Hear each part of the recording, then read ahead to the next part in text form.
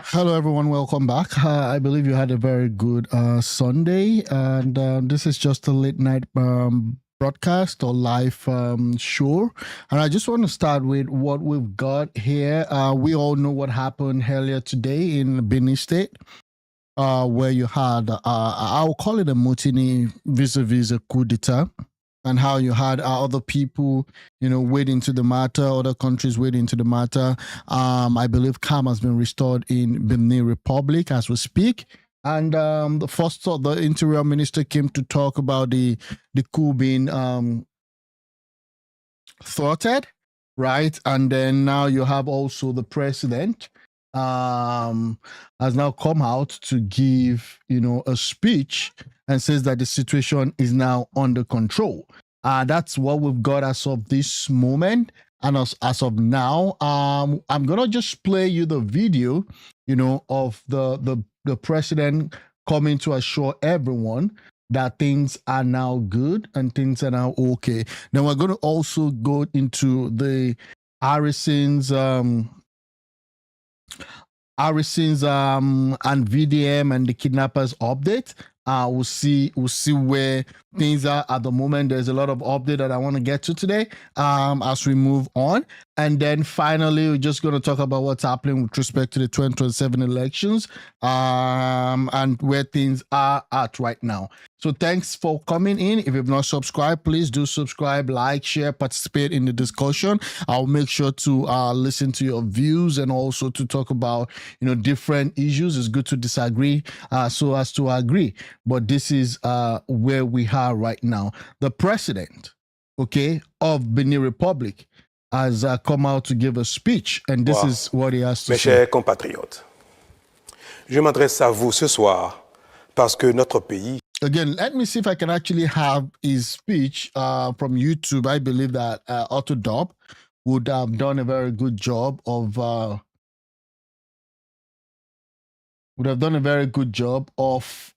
making sure that we get the English version. So let me see, Benin president speech.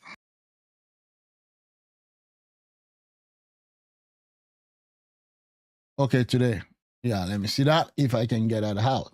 Yeah, still president. Let me see if we did 7 hours ago, 8 hours ago. I just want to see if I can get something that is. Processus de développement amorcé par notre pays grâce aux efforts entrepris par toutes ses filles et tous ses fils.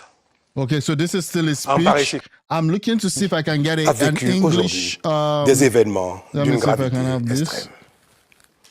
En effet, un groupuscule de soldats, sous prétexte de revendications fallacieuses, a entrepris une mutinerie à l'effet de s'attaquer aux institutions de la République et de déstabiliser notre nation en remettant ainsi en cause l'ordre démocratique.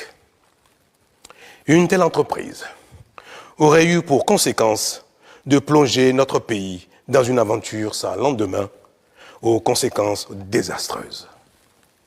Elle aurait mis un coup d'arrêt au processus de développement amorcé par notre pays grâce aux efforts entrepris par toutes ses filles et tous ses fils. En pareille circonstance, le devoir républicain m'impose, en ma qualité de président de la République, chef suprême des armées et garant de la stabilité du pays, de prendre les mesures appropriées pour faire échec à l'œuvre des aventuriers désireux. Béninois, mes chers compatriotes, je m'adresse à vous ce soir parce que notre pays a vécu aujourd'hui des événements d'une gravité extrême. En effet, the primary public address following the coup attempt was delivered by the interior minister. We've seen that one. A entrepris une mutinerie à l'effet de s'attaquer aux institutions de la République et de déstabiliser notre nation en remettant ainsi en cause l'ordre démocratique. Une telle entreprise aurait eu pour I'm just going to reduce the sound here while I read what he had to say. Okay, let me just reduce this because I mean I don't know what he's saying in English, but it says this is the press release. I would like to commend the sense of duty demonstrated by our army and its leaders who have remained faithful to the Republic. This attempted coup by a handful of mutineers has been thwarted, and the situation is now totally under control. Those responsible will face the full force of justice. Benin remains a beacon of stability in our region and will not allow a few agitators to derail our progress. I urge all Benins,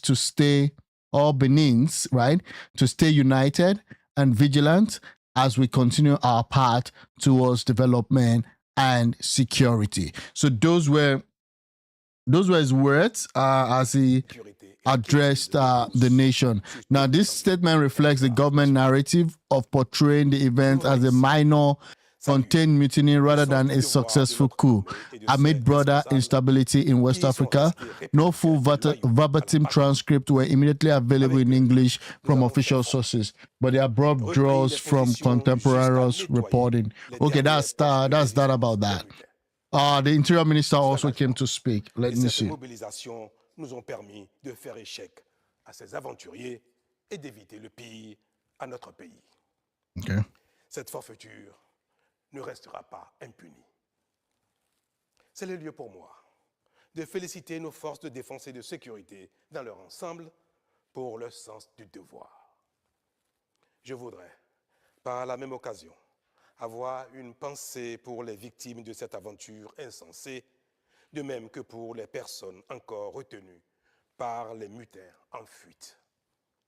Je leur donne l'assurance que nous ferons front pour les retrouver sains et saufs. Mes chers compatriotes, je voudrais par la même occasion vous remercier particulièrement, vous, de l'intérieur comme de l'extérieur, pour votre soutien actif et vos nombreux messages d'encouragement durant cette journée. Okay, I'm going to take this over again. I just want to see if I can get a real transcript of what he spoke about. Enfin, je voudrais vous rassurer que la situation est totalement sous contrôle et vous inviter, par conséquent, à vaquer sereinement à vos occupations dès ce soir même. La sécurité et l'ordre public seront maintenus partout sur le territoire national pour garantir la liberté d'aller et de venir à toutes et à tous. Okay, so again, sorry about that. Very difficult to have the live transcript. I've been trying to get that. Let me see. So ECOWAS will be willing to step in, and it seems that they're deploying a troop. There are different account of what has happened today. 3 fighter jets left from Lagos to Benin Republic, and that was part of the things. Let me see what this person has to say. West Africa's regional cooperation bloc, ECOWAS, has said troops from 4 of its 12 member states, Nigeria, Sierra Leone, Ivory Coast and Ghana, are being sent to support the government and the army of Benin.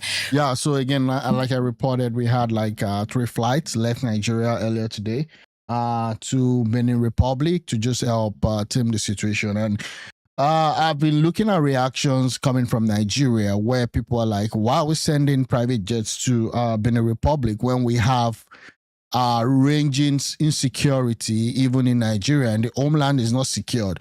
We have all this private jet. How are we not using it to also help, curtail the insecurity, rising insecurity in Nigeria as we speak today? So that's just one point of view. For more on the latest, let's cross now to Lagos to speak with our Nigeria correspondent, Sam Olukoya. Sam, thank you for joining us. Yeah. It's a pleasure. So there are 4 ECOWAS countries that are deploying troops. What role does Nigeria play? Well, Nigeria plays the main role, given its size, its population, the size of its military. So it's without Nigeria, the force may not be able to stand very well. So Nigeria is like the backbone of this. Yeah, I mean, we're the one really doing a lot, right? We've sent our private jet. We could see also that the president of France, Macron, earlier today was just tweeting away at Tinubu. I was wondering, like, oh, fine. Why are you tweeting at Tinubu when really the region, the country under your control, which you still have some kind of a fist hold on, is going through a coup? So apparently, I think that he is lobbying Tinubu to fight his war for him, or to fight to keep Benin Republic under the control of France. And that's where it gets a little bit kind of twisted and muddy. Why are we sending private jets to Benin Republic when Nigeria is also burning at the moment with high level of insecurity? Regional force, and ECOWAS will be relying on Nigeria to protect, to secure the government, which it has already done. ECOWAS has become quite frustrated in the last months or years with repeated coups around the West African sub-region, and I think for the first time they are trying to use military force to show other countries that if there's a coup, then ECOWAS will be willing to step in. Again, it all depends also. I mean, they couldn't stem what happened in Mali, in Niger, and all of those other places. We'll see how this. I think this one, I don't think that the coup itself was planned in a way to succeed. I mean, just 20 individuals who were sad and furious about how, from the broadcast that they gave, they was mad and furious about how a lot of the soldiers were being killed due to insecurity, kidnappings at the northern border of Benin Republic. Okay, that was what this guy said when he was reading, I would say, the coup note earlier today at the national TV station in Benin Republic. Shortly after that, I think the main military personnel intervened, and that was it. So again, we'll see what happens. This is just the latest coup in the region in recent years. But stepping back, what is the relationship like between Benin's president, Patrice Talon, and Nigeria? Well, the relationship, given the situation in West Africa, of the insecurity, so countries have to come together. There's problem at the border between Nigeria and the Republic of Benin and Chad. There's a large ungoverned space in that area, and you need a lot of cooperation between Nigeria and Benin Republic and Chad by extension to really secure this area. Al-Qaeda led groups are operating in that area. This same area, if I may just say, is the area where I believe that all of these Al-Qaeda-related group, ISWAP-related group, political, IHOP politicians, and even some of these governors that are responsible for these states needs to be looked into. Because a lot of these areas, you have so much mineral resources that are being explored, and a lot of this illegal stuff is not making it to the coffers of the country. So it's not just a simple stuff. I was reading through all of the different situation and security incidents that has happened, in northern side of Benin, at the northern part of Benin Republic. How soldiers are just being killed indiscriminately in that side of the country. And there has been no major effort to secure the borders of these four states. So where is the joint operation? Where is the success there? And that gives frustration. And I think that's one of the reasons why I totally condemn, that act. Because again, we've seen from experience that when the military takes over, it becomes the long run, it becomes a bigger problem. But that being said, we cannot deny the fact that there is an incentive for them to always participate in this. Number one, the corruption of the politicians. Number two, the low value of life that all of these politicians give. And that's why you have all these incidents happening in quick succession. Because people are not happy with the government of the day, and the government of the day doesn't really care at times. But right now, there's some level of calm in Benin Republic, I might say. Lakorawa, a new terrorist group, is operating in this area. This is the same area where 303 children were kidnapped some 2 weeks back. So the relationship is one of security. There's, of course, we have economic relationship. Both countries share a very lengthy border. So they are quite, there's a very cordial relationship, and the military government in Benin will not, Nigeria is really concerned that the military government in Benin will not, will create problems. Yeah, I mean, yeah, military government in Benin will create a problem, which is fine. Again, I guess that's why Nigeria also, and again, it's also a function of you trying to send a signal that, you know what, like the current trend, you know, in West Africa this year, you know, has been numerous coups. We see what happened in Guinea-Bissau just a few weeks ago, where the former president of Nigeria was even stuck at Guinea-Bissau, in Guinea-Bissau. So again, you've seen that, like, there is kind of this, I would call it more like a chain reaction, okay? Sorry about that. It's chain reaction that is really happening right now. And the only way I believe that Nigeria just had to respond in such a way to just keep the civilian government in there. And that's why I think they were actually able to go there and help restore some level in terms of security and economy. Well, Sam, thank you for the latest information and for your analysis. Sam Olukoya, a correspondent in Lagos, speaking. So again, that's it. Why it's impossible for coup to happen in Nigeria? I don't know. Well, again, we just have to be careful, right? Yeah, we'll see. Loyal forces did quell that effort, and that's what really happened. The president has come out to speak. Let me see. This is Otto Dob. So let me see if I can. Fellow Beninese, my dear compatriots. Okay, yeah. I am addressing you. So this is Otto, this evening because this is Otto Dob. That means the guy is speaking in French, and we tried to play it earlier today, but that didn't work out because I couldn't even understand what he's saying. So let me listen to the full speech here. Our country has experienced extremely serious events today. Indeed, a small soldier, under the pretext of a false claim, undertook a plot to attack the institutions of the Republic and destabilize our nation, thereby calling into question the democratic order. Such an undertaking would have had the consequence of plunging our country into an adventure with disastrous consequences. It would have put a stop to the development process initiated by our country thanks to the efforts made by all its daughters and sons.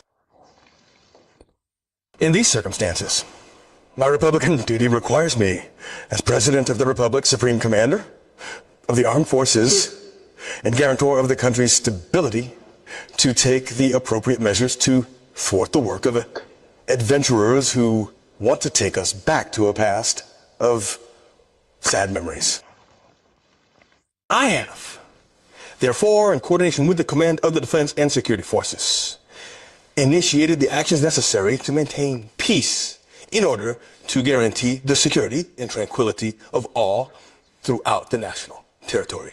Adeshola, welcome to the show. I would like to pay tribute to this sense of duty of our army and its leaders who have remained Republican and loyal to the country. Okay. With them, we have stood firm, retaken positions and cleared the last pockets of resistance from the mutineers.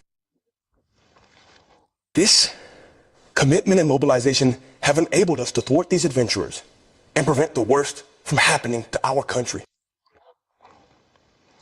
This fate will not go unpunished. Okay. This is the place for me to congratulate our defense and security forces as a whole for their sense of duty. I would also like to take this opportunity to spare a thought for the victims of this senseless adventure, as well as for those still being held by the fleeing mutineers. What the? I assure them that we will stand firm. Yeah, it's ordered up, though. To find them safe and sound. Okay. My dear compatriots, I would also like to take this opportunity to thank you, both inside and outside, for your active support and your many messages of encouragement during this day. They have reassured us and given us the energy we need to stand firm on behalf of Benin, which we can say has a soul. Finally, I would like to reassure you that the situation is completely under control, and therefore invite you to go about your business with peace of mind starting this evening. Security and public order will be maintained throughout the national territory to guarantee freedom of movement, equivalent to all. Long live the Republic. Long live Benin. Thank you. Okay, so yeah, that's a speech of the president, Patrice Talon, following the attempted coup. It was auto dubbed, so we could listen to it in English, and yeah, we'll see how it goes. But again, this is what it is. Let's see. This one is saying that it's impossible for coup to happen in Nigeria. I mean, maybe they also thought that it wouldn't happen in Niger Republic. What I just want is good governance. Like, if you have good governance, then you can go and sleep at night. Okay, let me see. The growing coup trend that we're seeing in parts of Africa and West Africa specifically, what signals for Nigeria's own democratic development and how the region can reinforce stability in the face of rising security pressures. Thanks so much indeed, and it's good to see you again. Thank you. So this guy is an ex-DHQ spokesman. Okay. Yeah, let's see. I mean, his perspective is going to be highly appreciated. Let's see what he has to say with respect to Nigeria and the rising level of coup that has been happening in West Africa. Appreciate it. Let me get your reaction to the release of these 100 schoolgirls. The recent attack on school, brought about a lot of tension as to what we thought the military at the time. And you remember when you were spokesperson of the DHQ, how schools were attacked and how the military was also helping civil policing to ensure that they had created an operation the Safe School and the Safe School Initiative, where an operation was created in that regard. But what's your take on the release of those school children? 100 of them. Yeah. So for those who don't know, there's been effort to release a lot of those who had been held in captivity from the private Catholic school, I believe in Niger actually, and then we've also had the issue with Kebbi where we had people that were also being kidnapped. They've been released. This one they had 100 more released today. So that's what Shane Okibayalo is asking about. Is that the government and the security agencies have done a lot. And I believe that Nigerians will be happy for this. Why? Because it was like hope lost. After a long while, a whole chunk of over 300. And then the initial rescue was just about 40. But now 100. So the first figure we had was that they were like 52.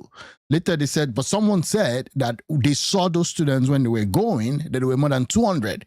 So now we had like over 100, released shortly after that happened. Now we're having another 100. So again, I'm going to put it around possibly north of 200, if not 300. I can tell you that it is not easy, whichever way or means was used to get these children out. Of course, they will not tell you the nitty-gritty. But whichever way, like General Musa, the new defense minister, is saying that we must not, no more paying of ransom, we don't know yet. But whichever way, or even if it is true non-kinetics, or just bargaining and talking, or promises, or have to exchange something for another thing, give you free passage, release them. Nobody knows. But on the whole, that 100 lives of these children have been saved, and we are sure that we are getting them. It's a good signal that the security agencies, they are being reactive. Of course, it's not good to be reactive, but what do? They are being reactive, reacting to... Yeah, let me add to that point of reactivity. Being reactive is that we shouldn't have to have students go through this in the first place. And that's the reality. We shouldn't have students go through this in the first place. And I've not seen a very robust plan or action point to prevent this going forward. I know the Minister of Defense has been changed. You now have a new person who I believe has been received well by the people they hire up there and even those that are not higher up. But again, we still haven't seen any major action. And we don't even know how this, rescue operation was done. Was it that there was ransom paid? Or was it more of, a very, kinetic force was put in place? I don't know. But let's see. Issues of insecurity, kidnap, and all that has taken place. So my reaction is that we must commend our security agencies, because, like I've said, whichever way, I don't know whichever approach they use to secure the release, none of them is easy. So we must commend them. And there's speculation that how do you easily go into the bandits camp and release 100? There must have been an exchange, cash for something, or there must have. And you've mentioned that whatever way it is, can you blame Nigerians who are also distrusting the system? We're thinking this government is playing bandits. Can you blame them? I will not. I won't blame them. I cannot. Okay. Because, like I said, even while I was in active service, you don't know the real, like when there was a time that a committee, the railway, derailment of derailment, attack and all that, how were they released? Who knows? And sometimes you don't give. No, how are they released? I saw that there was one guy who was a spokesman for one of these politicians, pocketed 50 million. From the ransom. So again, how are they released? Who got paid? There were a lot of investigation done into that guy. I've forgotten his name now. But it was a politician spokesperson, more like a personal assistant, pocketed 50 million from the ransom. We're facing one issue right now with RC Guam issue. We don't still know the full details yet. All these middlemen between the bandits and the government, there are people. This problem is not, this thing is not happening, out of space. This is happening right in front of us. There are a lot of channels. There are people higher up there in support of all this nonsense happening in Nigeria today as we speak. So again, there would have been exchange, of stuff. Hi, Modest, welcome to the show. About this information, because it might be an agreement between you and the bandits. Of course, they had to narrow down to the mediators. Of course, from the media, I discovered that a lot of issues were coming up. Somebody collected money, didn't give the bandits and all whatever and all that. Yeah, that's the so, but the emphasis, just like if I go back a little, it's just like the Chibok girls, whose location, according to information we got them, was located. But because of collateral damage, they were using them as shield. That was how that one went until we didn't see those girls. The same thing could have happened. That is why sometimes they may not come up openly to tell you the mechanism that they use to bring them out. But again, fine, they're not telling us what they did. They're not telling us if they paid. We saw Bayo Ononuga just last week when he went to Arise TV was saying that, we just spoke to those people. They know where they are, and they had people. They just told them to release, and then the interviewer was pressing him, like, what really happened? Did you give the bandits money? Did you give the terrorists money? And he couldn't even say categorically that they were not giving money. The official statement is that nothing was paid to the terrorists, but you and I know that it's not as straightforward as that, right? Really difficult is it to be able to, because what we know is that most of these bandits and terrorists use these children. They go into vulnerable spots because they know the military cannot attack them because of collateral damage. I will tell you, there's a recent example of which a team that I packaged in Benue State, they released those ones on Wednesday last week. Wow. 15 of them were kidnapped from Udenu local government in Enugu State, taken to a forest in Orokam, the village where I come from. I will talk much about that later if there's time permits us. Wow. And when the local vigilantes and the army operation, I think West Stroke, the police, the two DPOs, they went together to the forest, to the enclave where they kept them. They used them as human shields. So that means possibly they couldn't release them because if you could strap all those people, all those kidnappers with a bomb and saying if you come in to attack us, we're gonna just explode the whole thing, and then you lose the people, you lose the money if you've paid any ransom before then, and then it becomes kind of so messed up, unfortunately. And that's why you need to have a well-robust and a well-rounded system that can actually eliminate or eradicate, such that whatever even remains of these terrorists and bandits or whatever they're called becomes less of a problem.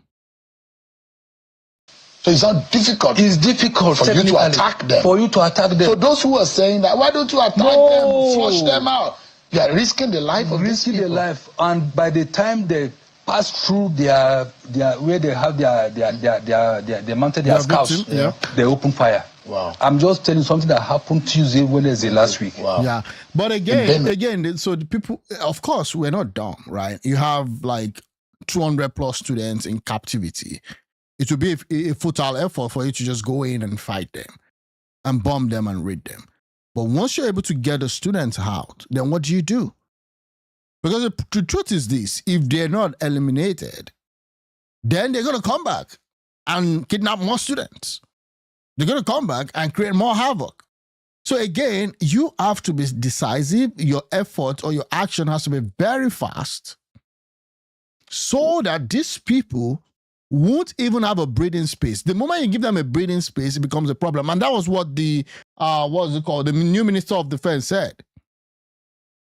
That once you give them more time or you're trying to negotiate, what they do is to consolidate, they shift their base, and they move on and then come back and strike harder. In Benue or Rokam, in my village.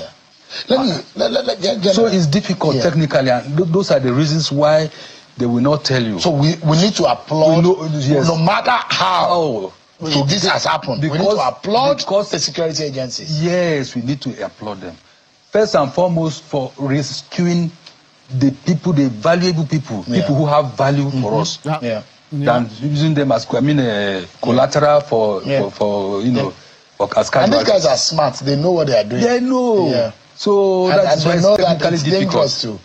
Now, I mean, the question will be, how did you allow them to move these kids on motorbikes for that long without, no tracking and no technology to be able to? I mean, they went for. It's because our intelligence is very poor. We don't even have intelligence. Seriously, we don't. I mean, if it's Harrison now that is doing the whole rescue operation, and you have a whole department, a whole agency, a whole police force, not even able to go in, to go rescue people that are kidnapped, that they have to wait for somebody coming out of the States. And even the guy now gets in there and the whole thing is now a mess because we don't even know what really happened to the money. I'm just saying. And these are the frustration, these are the things that frustrates also the military, despite the fact that they have the full training, they have everything that they can have. They don't have the weapon, the real weapon to walk and to act. Then it becomes a bigger problem. I'm going to move on. Given all that has happened, I just want to see, I want to have an update, if I can get an update on the, what's it called again, the Guamnishu story. Let me see. Let me just try and bring that up because we're still dwelling on that. This guy just gave us more updates on the Harrison matter. This was 18 hours ago, but let me just hear his thoughts. The first phone call they made to Harrison, immediately they find out that he has taken 5.4 million from the money.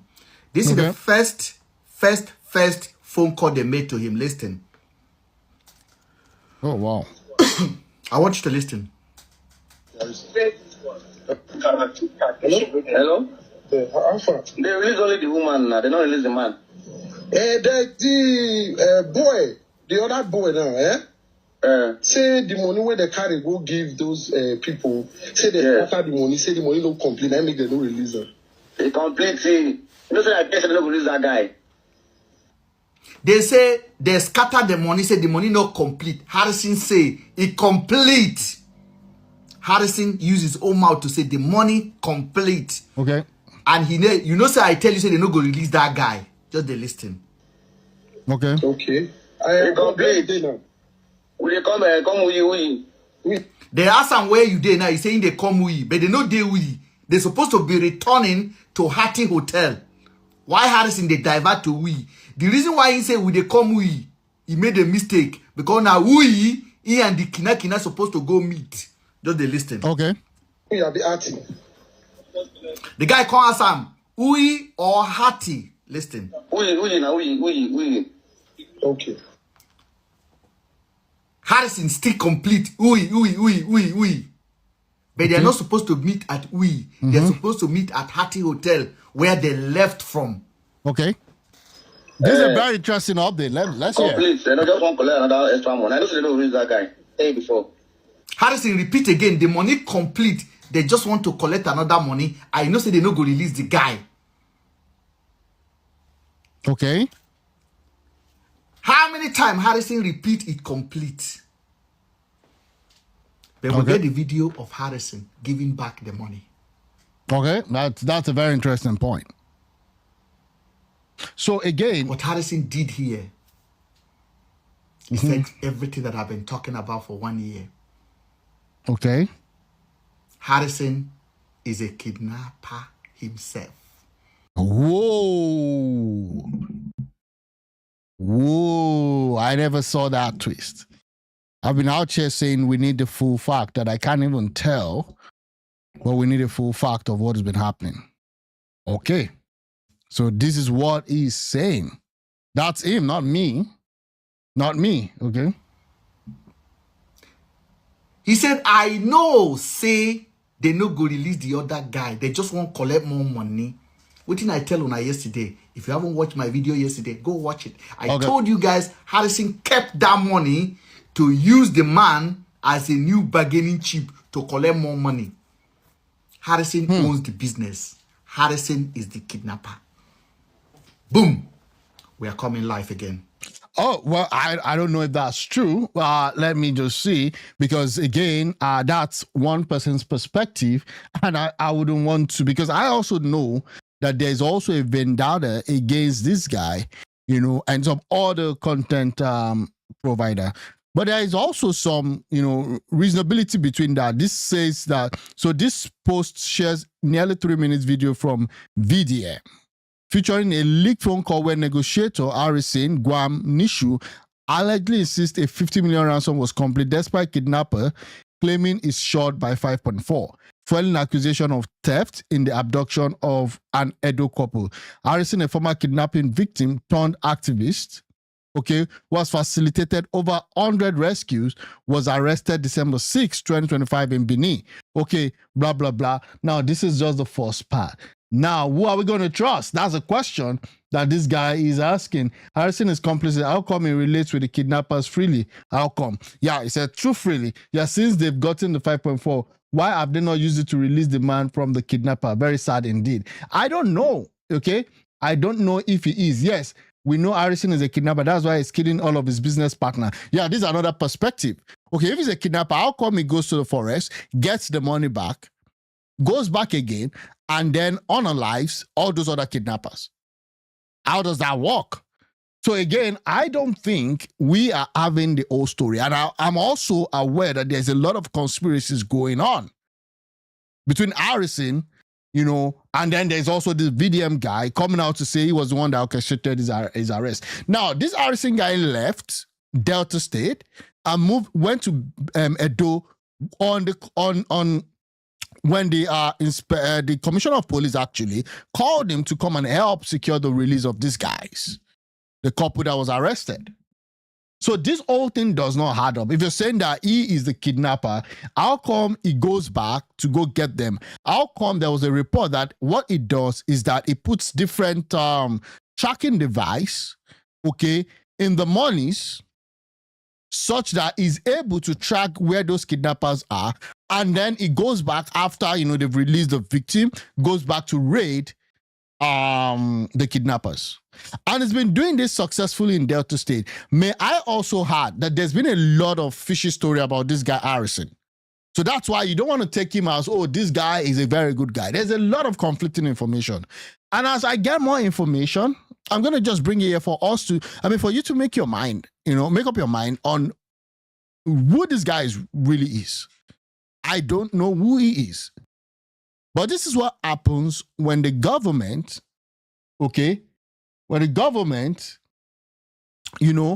is not doing their job.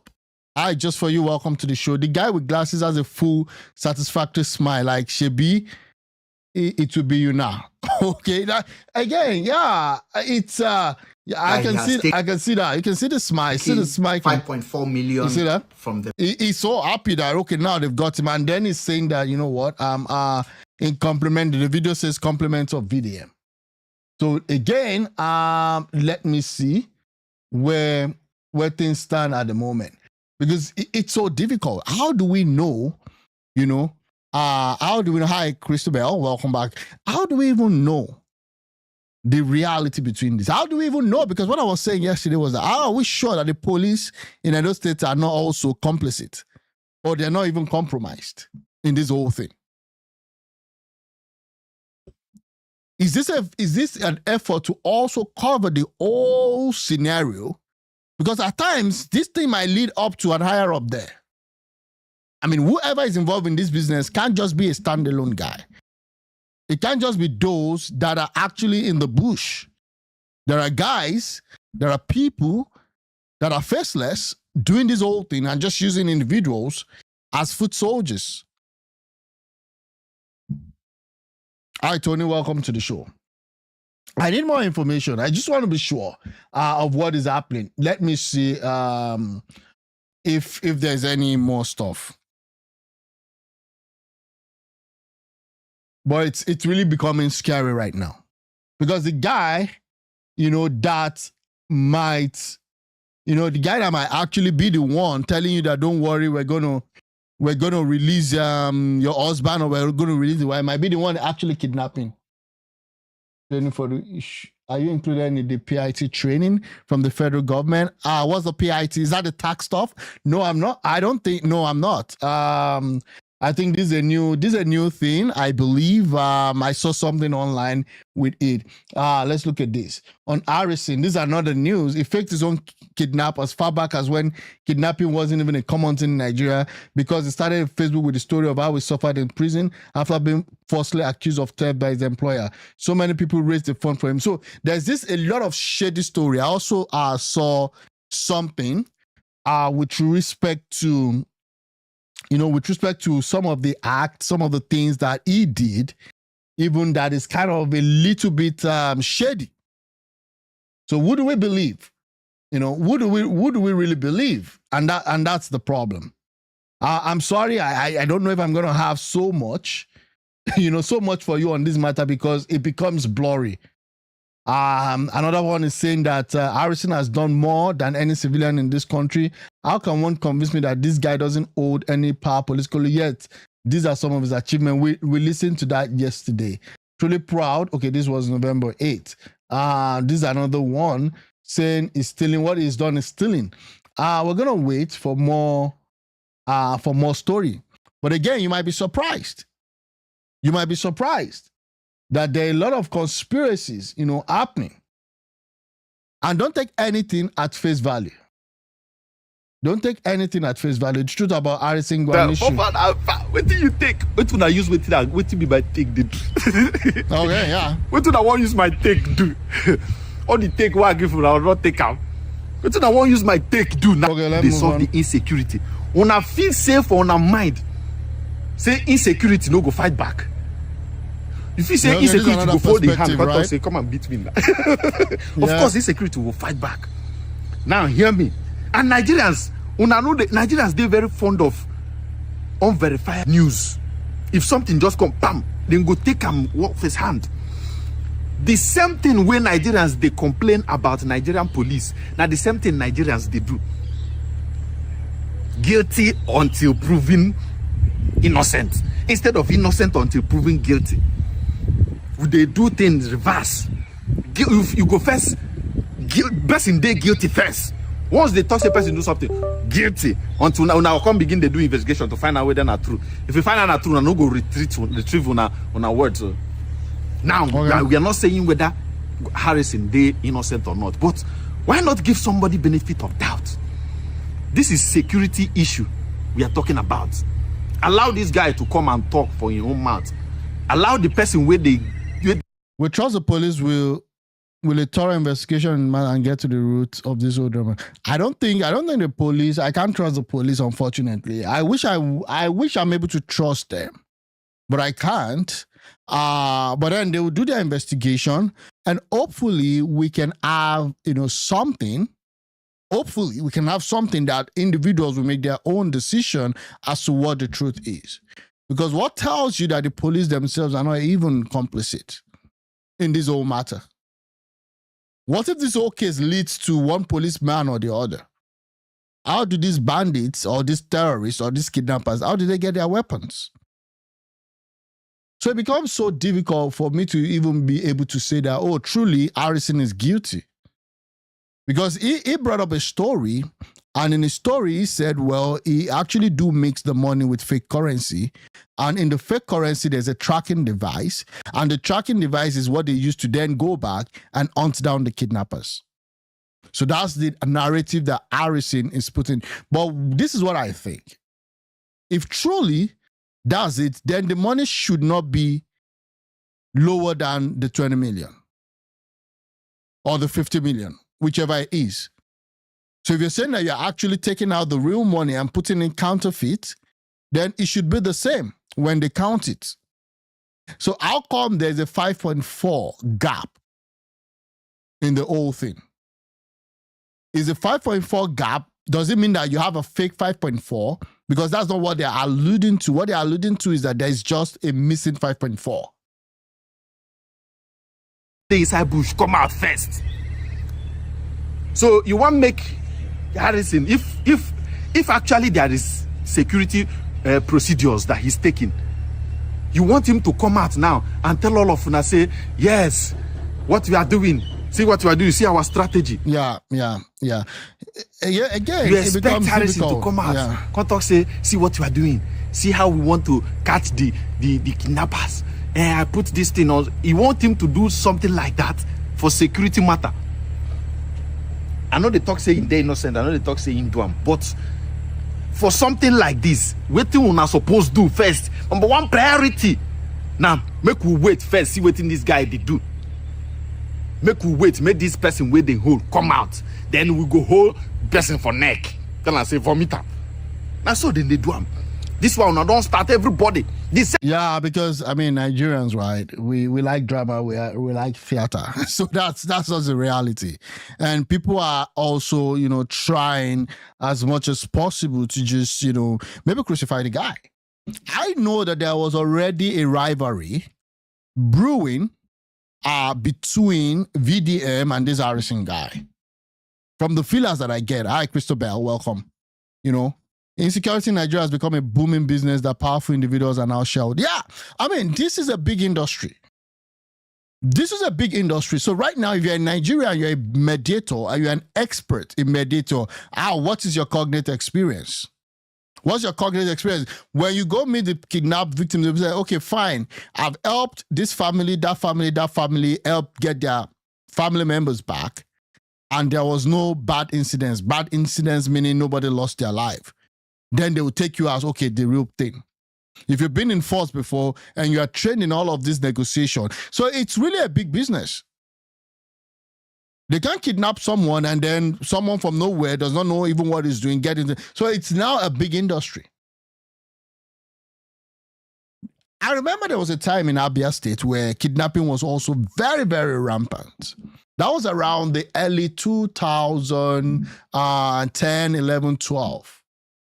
That it was so bad that someone was gisting me when I traveled to Abadan.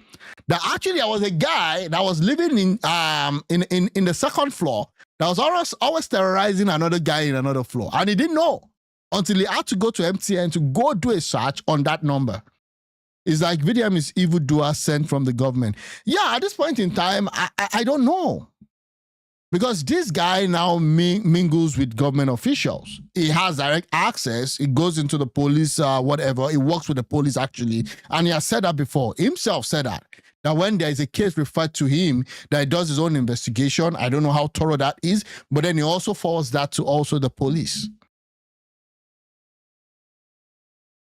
Yeah, because before the government do anything, VDM will be the one to announce it. Look at what happened in Benue State.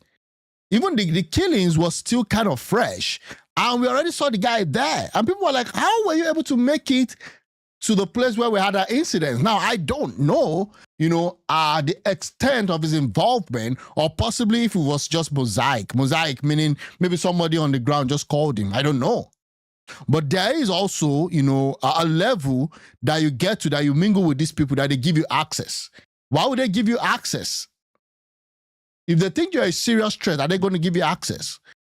I'm talking about this Harrison guy. What if it's been set up by even the police force in Edo State? Because it's been having good success rate in Delta. But again, I have to put a caveat to that. People are saying that he also has some level of shady activities. And I think in due course, things is going to get back to normal. We're going to know the truth. But you just have to wait and let the whole story, kind of meddle out. Something where we accuse police, we say, you see, Nigeria as a whole, not the same. Now position people no get. If you carry somebody now with this shout and SARS and police brutality, as if they shout there like this, person matcher, the blow. Nigerians now just the same. No opportunity they no get to deal with others day. Oh well, fair point. Maybe not all, but a majority, yeah. That's the thing. I knew Gwamni Shu by this video, and since then he has never regretted seeing him doing good. I've never regretted seeing him doing good. The world is wicked. Some people want him out. Who is happy right now? I think the kidnappers are happy. I mean, let's look at it. Who is really happy right now? The kidnappers are really happy. Yeah, they said he has a main character syndrome. There was a video. That video has a main character syndrome. This was the video I played yesterday, and I'm not going to repeat it here, but it was just saying that, you know what? The reason why he took that money was because he wanted to put in fake money. But I'm saying if you're putting in fake money, then the money should be complete, or it should just be less by a few thousands, right? Okay. Which he did. They said his rebuttal was not good enough. They said attacking. My dear, investigations are done outside social media. So whatever you have said, let's take it until the police and the court has decided without, with this thing. So when he now left. Okay, so we're going to wait for that. Again, this woman called and said this was what happened. Again, good deeds does not cancel bad behavior. When wrong is done, it should be called out. Harrison messed up. Okay, I will see what happens. Again, that's where we are with respect to this case. I don't think I have any more update or more details from that. But we'll keep following, and then once that happens, we'll let you know. Update was done last 4 hours. Kidnappers are complaining about incomplete ransom. This is Maurice Monye. Police now arrested the person who stole the kidnappers' money. No mention about arresting or neutralizing the kidnappers. Very strange. Very, very strange. Yeah. Nigeria is a crazy place. Kidnappers now complain. Yeah, we've seen that one. Kidnappers go count money. Go correct. Police go begin investigate who shot kidnappers' money. This country is a comedy channel for people in hell. Okay. And this was where I've never spoken out about Harrison before, never acknowledged him, never given him credit. But the moment he saw an opportunity to tear him down, he jumped on it. This one is referring to VDM, right?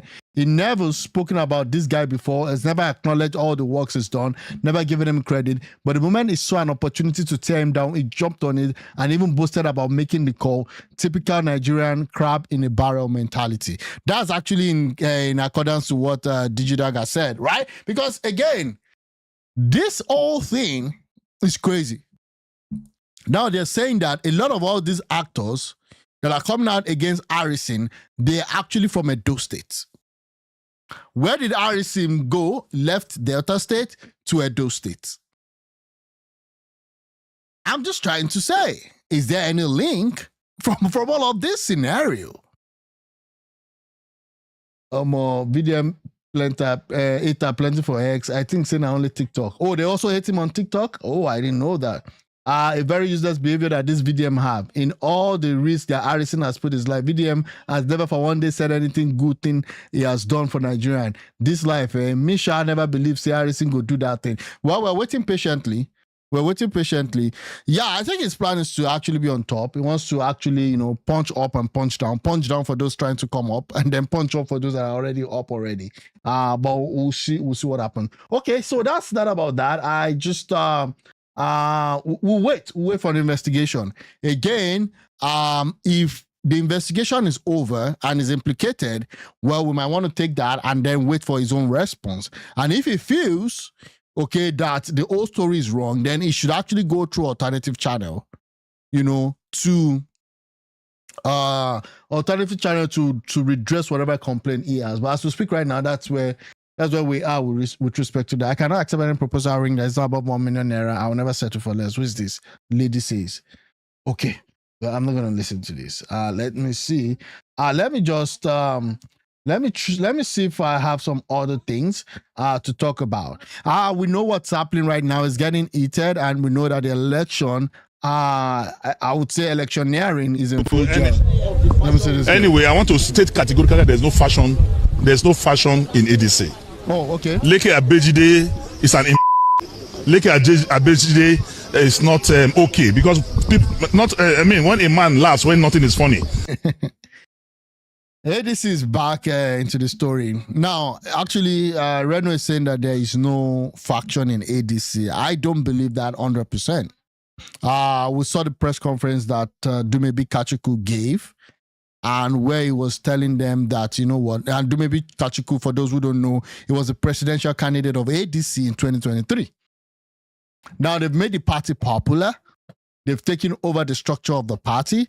Now, this guy, Leke Abejide, is an House of Rep member, I believe, and he's coming out to say that ADC, the way they constituted that takeover was not done properly. Now, of course, Zino is going to side with Atiku Abubakar anyways. You know, definitely there's something wrong with his medulla oblongata.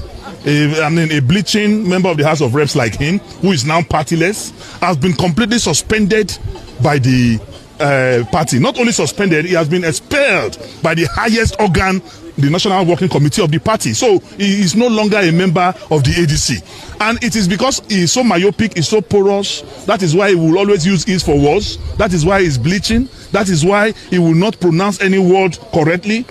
But this guy is one of the few ADC members holding office in Nigeria. I don't understand how you take over a party and one of the few members you have, you know, at the National Assembly, you guys are trying to actually push him out of that party. And that's the problem I have with the opposition in Nigeria, that they seem not to understand the game.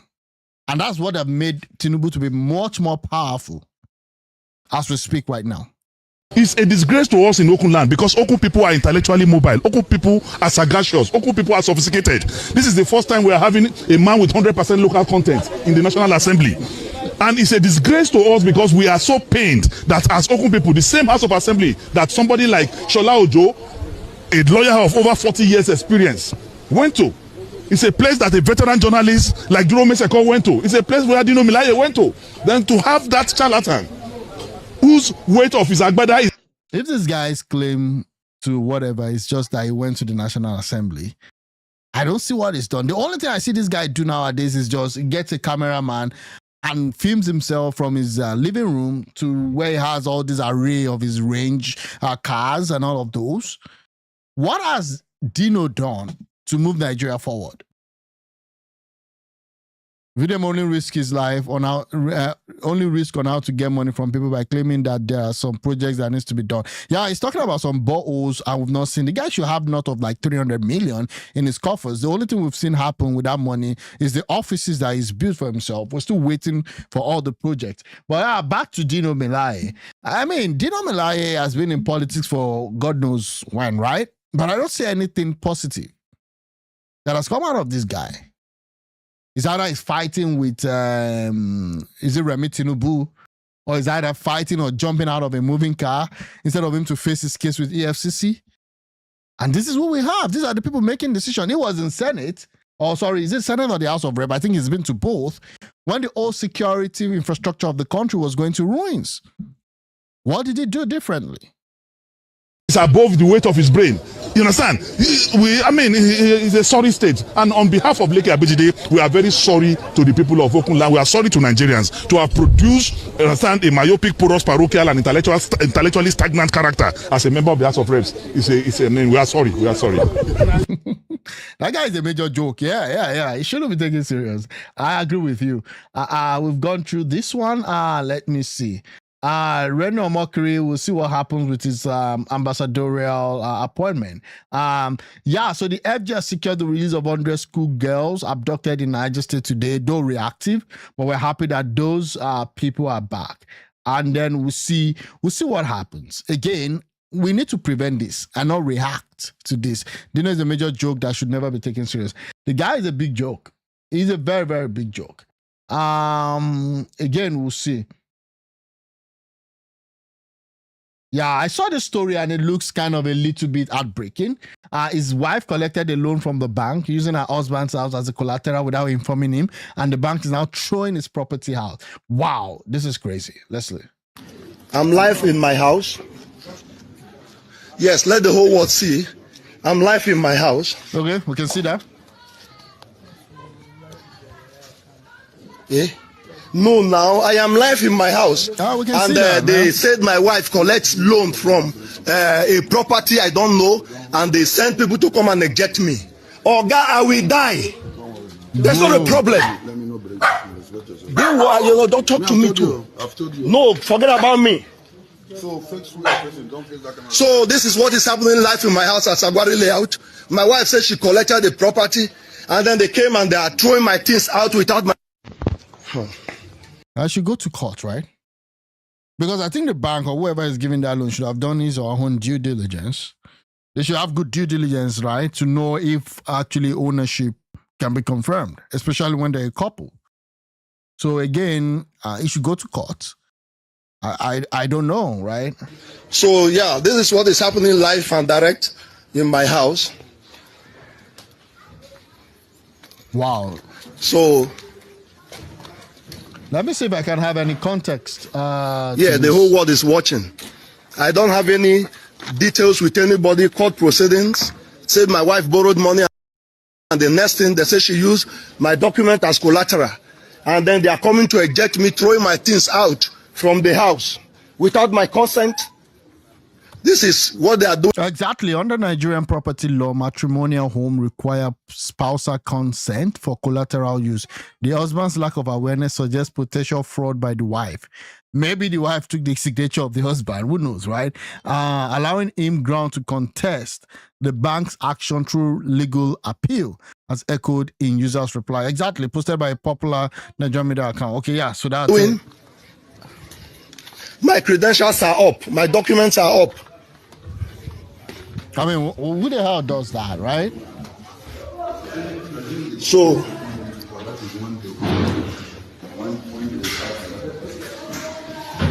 this is the kitchen. They are moving my bed and everything out. Wow. I mean, this is strange, right?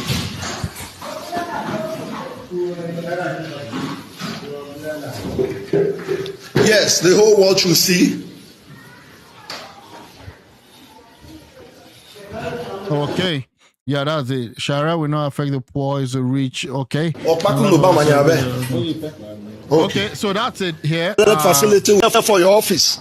Okay, so again, that's that. I just saw that. I felt like this is funny. Right.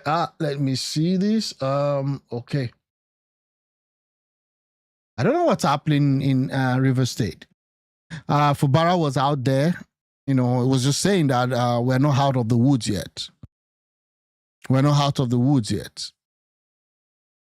I mean, Nigeria, definitely, even the normal law, even the legal law also, doesn't really even affect the poor. I mean, we see all these politicians after stealing all these monies, they don't even make it to jail. They make it to the National Assembly. Yeah, I mean, how would she have even taken money without the consent and then use the property, and then it's just crazy. Let me just get you guys this video from Fubara. You know, he appeared yesterday and gave a speech saying we are not out of danger yet. So this is Fubara. I believe it's counting down now at the moment. To be honest, I think it's a lame duck.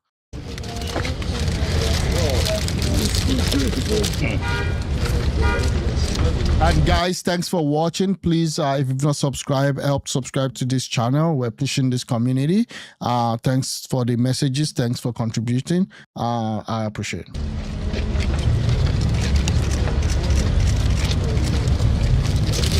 It is an honor and privilege to stand before you today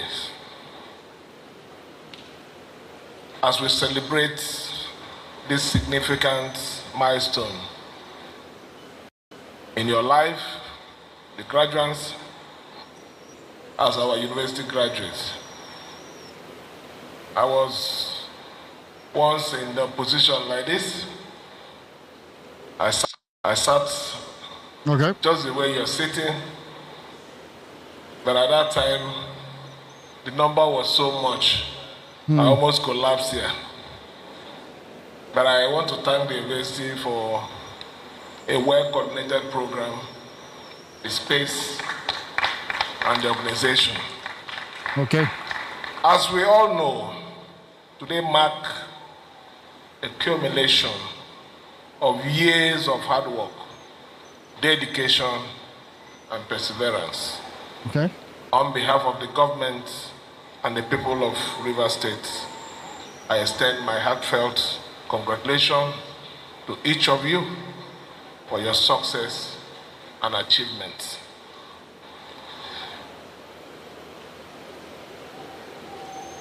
I took time to listen to the speech. What I say, record the speech of the Pro-Chancellor. Also what the Chancellor said, and also the wonderful presentation by the Vice Chancellor. He commended me so much for my support, not as me, but as government. But he also indicted me very heavily. Yeah, good night, Tony. Thanks for joining. In future, if you want to do something, you can call me aside and just tell me not to flog me before the graduates, please. A heartfelt note of gratitude goes to the parents, the guardians, the family, friends, teachers, and everyone else for their unfailing support, encouragement of our children throughout their study.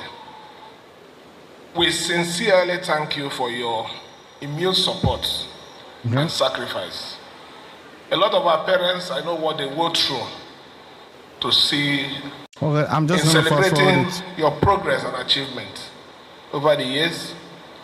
I urge you to prioritize research, innovation as you navigate your path to the top. I also encourage you to offer practical solutions to the developmental challenges of our community, including the creation of stable local technology to enhance human security, economic growth, job creation, sustainable development. The Chancellor mentioned the importance of technology. Also went further to highlight the danger of technology. But I wish you to key into the positive side of technology. Although technology failed the Vice Chancellor today, I assure you, the university community, that we will endeavor to fulfill our funding commitments. I repeat it again. I assure you that we will fulfill our funding commitment. Like you said, a report was given to us, but you all know how and what happened to the life of our administration. It is only by the special grace of God, the special favor from Mr. President. Hi, Kelvin, welcome. Yep. That we are standing here. Okay, so again, it's going to get to the point where it was removed. And everybody, when it was removed, okay, let me just say this now. Everybody said Tinubu did the wrong thing. A lot of people said that. And they had a point. Looking at the Constitution, looking at the power vested in the president and all of that, I mean, it was a very, very gray area. This was a guy that was elected into the office. And because there was a wicked that didn't want him to even have his own his day in office, you know, was always getting into the whole thing. And we saw the whole story. He also did some wrong by getting into the National and the State Assembly and try to destroy those properties and all of that. But now he's coming out to say, oh, thank you, Mr. President, for securing me. Thank you, Mr. President, for helping me save my job. Because according to Wike, it was already gone. They were trying to remove this guy because he wouldn't succumb to his godfather.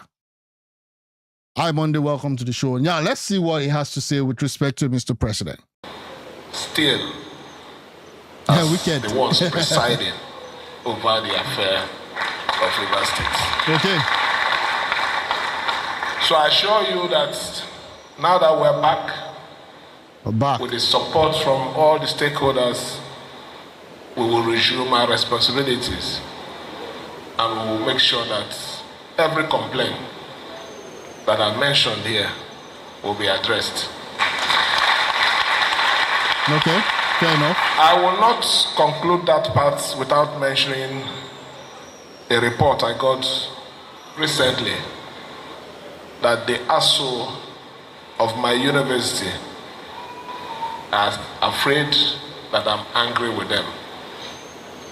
Please, before you supported your sister association, when I said sister branches, you did a letter to me that it was a national decision. I'm a civil servant before I found myself in politics, and I understand when it comes to trade union decision. So you don't have anything to fear. Okay, let me just jump on. Okay, so that's it. Take care of all these issues. Okay. Let me come back to our graduates. Today marked the starting of an exciting new chapter. Okay, yeah, we know that. Although we are not entirely out of danger. Okay, yeah, let me listen to anywhere in the world. So I wish you well. Okay. However, although we are not entirely out of danger, what we need to do is to create better opportunities to succeed in wherever we find ourselves and to ensure that what our parents, our world, have invested in us is not a waste. This also applies to our dear state, which has all the resources and opportunities. You don't need to go too far. The opportunities are even by your doorstep. Yeah, I agree. Look for a way to tap into it. The world has moved past looking for a job. What the world is talking about is creating jobs. What we will promise you here is we'll give you the opportunities and the enablement to create the jobs. Okay. Create the jobs unemployment problem will be resolved. Create the jobs, issue of insecurity will be minimized. So my challenge to you today is live here, become creator. Again, I don't know why Rivers State, to be honest with you, with all the monies they've gotten, I know they do a lot of projects, Wiki or Wicked, did a lot of projects there. I don't see why Rivers State cannot even be at par with Lagos. I don't see any reason why. That state is endowed with a lot of, the money that comes into that state shouldn't just be that they do roads. I know Wiki always like, oh, I did projects, I did roads, which is good. He's called Mr. Project for a reason, right? But I think that they should even be setting a bigger pace in the country. Not just doing roads alone. Bringing groundbreaking industries, groundbreaking infrastructures, groundbreaking stuff, changing the face of the whole state. Making that place like a destination area for people that are even coming into the country. There's no reason why that place can be even a destination hub for vacation and all that. And especially in South Side. Look at what happened, the Obudu Ranch and all that. I don't even know where that is right now. Yeah, politics and political mechanism is just a job, not about vision to drive the nation out of decay and economic collapse. It's a job, not just about vision. Again, let me see. 2027 is here. I'm talking about 2027. I'm going to leave this guy now. I think we've listened to him. He's happy that the president actually helped him keep his job. Let's see what happens with Tinubu here. The president has just sent... Tinubu has planted all the machineries to rig the 2027 elections. If it means him consolidating power, I do agree. But again, the opposition is in a very, very weak state as we speak today. But let's see what happens.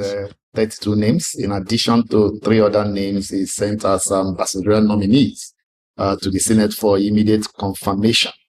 And there have been divergent opinions regarding composition of that list. Mm-hmm. What's your own reaction on the list? You see, I have a problem with Nigerians. Sometimes we measure too much on what should not bother us. The sound. Why is anybody upset that Tinubu appointed useless people as ambassador? You get my point. This show, right? Hi, Abubakar. Because welcome to the show. They're all in the same WhatsApp group. What are you upset with that Tinubu appointed Reno Omokre or Panika? Who do you want him to appoint? Yakub Mahmood. Yakub Mahmood. He's appointing. That Yakub Mahmood of all scenarios. I even think that when you do all that you need to do, like this guy Yakub Mahmood was the INEC chairman that presided over the last election, and now he's getting an appointment from that governor. I think there should be a law that should actually limit how people can interfere with the current government, that they help, oversee the election that brought them to power. People of his genre. He appointed a guy who helped him rig election. What do you expect? He appointed a guy who helps him with propaganda, telling lies. He appointed a guy who helps him do other things. That is where they pick from their group. So I don't understand the outrage. Tinubu can only rig in Southeast. Are you sure he's going to be able to? I don't see Tinubu winning the Southeast though. I know that there is already some kind of consolidation that he's doing. I saw in a place where they said, Ohaneze said that nobody's contesting against Tinubu in 2027. And I'm like, what about Peter Obi? I don't even understand what's happening. The new Minister of Work, I think, is the one that is trying to rally the Southeast to support Tinubu. But I don't think he's going to win anything in the Southeast, except they do the River State treatment, where Wike just kind of waded in and then gave Tinubu River State.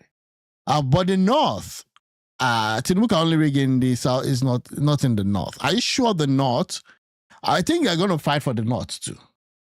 I think he's going to use the formula that he used in 2023, where it was like, just let me be able to just get enough of the votes I need across all this geopolitical zone. I don't necessarily need to win outrightly, as long as I can maintain the lead across all the geopolitical zone. I'll be president. I think he's going to try and do that also. That he's going to try as much as possible to get as much votes as he wants now from the South, and then able to just fight as much as possible in the North. I think that's his plan. That's why it's consolidating, focusing on politics and politicians and state governors and structures in the North as we speak right now. If it was a Pope that did that, then you can be worried that why did the Pope, appoint a prostitute to head a Catholic mission, right? We can debate that. Okay. But we're talking about Tinubu now. So why is everybody upset that Tinubu appointed his people? And who do you expect him to appoint? It has to be people of his own genre, his people of the same characteristics. Yes. Okay, the reason why I haven't said anything about it is because sometimes I have to call myself to order when I get overly excited about people appointed. Why do you appoint this person? The question is, why don't you focus on the person who appointed these characters? Do you see Tinubu winning 2027? And how do you plan, if you think otherwise, how do you plan to stop him? And are you likely to work with other like minds in other political parties? Sowore is not having any plan to stop anybody. Sowore is an activist, and I don't see him in the arena of politics really doing well. And that has happened year in, year out. And I don't know why the opposition in Nigeria has failed to see that the only way you could win this guy, which right now I'm even looking at the time. I'm looking at we're already in 2026, God keeping us. Only 1 year, basically 1 year to do everything that you need to do. And I don't see any major movement towards that. And that's where people, get annoyed with me when I tell them that this is the reality on ground. As at this time in 2015, right, the APC has already been formed. There's been a signal that Buhari will be the one to be the flag bearer. They already had the Southwest. They already had Buhari with the cult following in the North. And then they had the G5 governors that they were trying to work with to bring them in. So, but here we are with ADC. Atiku just joined. El-Rufai just joined. Peter Obi is not really disposed to joining them. You see, Tinubu is not going to win any election in this country because Tinubu is not built to win elections. Tinubu is built to rig elections. And if we leave Tinubu to his own devices, he will be selected, not elected in just like he was selected by Mahmoud in 2020. He will be selected again. And I can tell you, based on experience and intelligence, that Tinubu had already even populated INEC fully with his own people before the last INEC chairman was appointed. Most of the national leaders of the political, of INEC, national commissioners, were card-carrying members of APC. Because when he came, he has appointed a lot of national... Okay. But what I ask people and what I ask concerning this is, what are you going to do about it? What are you going to do about it? It's enough. Everybody can say, Tinubu has appointed guys, his people and all that. But what are the opposition going to really do about it? And how are they strategically positioning themselves to be able to say, okay, fine, even if I lose, I know for a fact that the people have spoken based on what I can see. Commissioners and electoral commissioners at the state level, they are mostly his people already.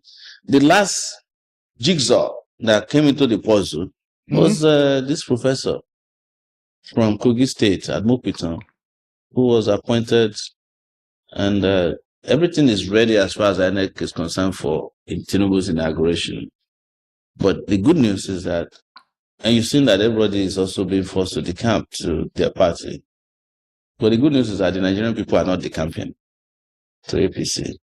And that's where we could tell you that we can make it happen. We can make Tinubu become history. Yeah, I love, I always love to look at things from the brighter side. But again, I don't know. I don't know how. Because it's a different case entirely that we're talking about here. And people will think that, oh, because Atiku is literally from the north, he's going to get that natural support. But it doesn't work exactly that way. Because other players also in the north believe that, you know what, after Tinubu, they also want to have a taste. They also want to have a taste of what's going to happen after Tinubu. And they know that if Atiku becomes president today, that would be 8 years. That would also hinder them from becoming president. Just because of the, you know, made up rotation of power. So you would see a lot of us trading. You see a lot of deals being made as we go into 2027. And that has already started. And nobody else can do it better than I can, because I'm a veteran in this battle of fighting against these characters and defeating them. I said let's wrap up this way. The political parties. Yes. Mm-hmm. Especially the opposition political parties. Is it a surprise that virtually all of them are in crisis, except probably for AAC? It's not a surprise. AAC is not a major political party, so that's why they are not in crisis. I mean, if AAC is a threat, maybe they would have gone into it and destabilized things. So again, AAC is just more like a movement as far as I'm concerned. And I'll explain in two ways. Mm-hmm.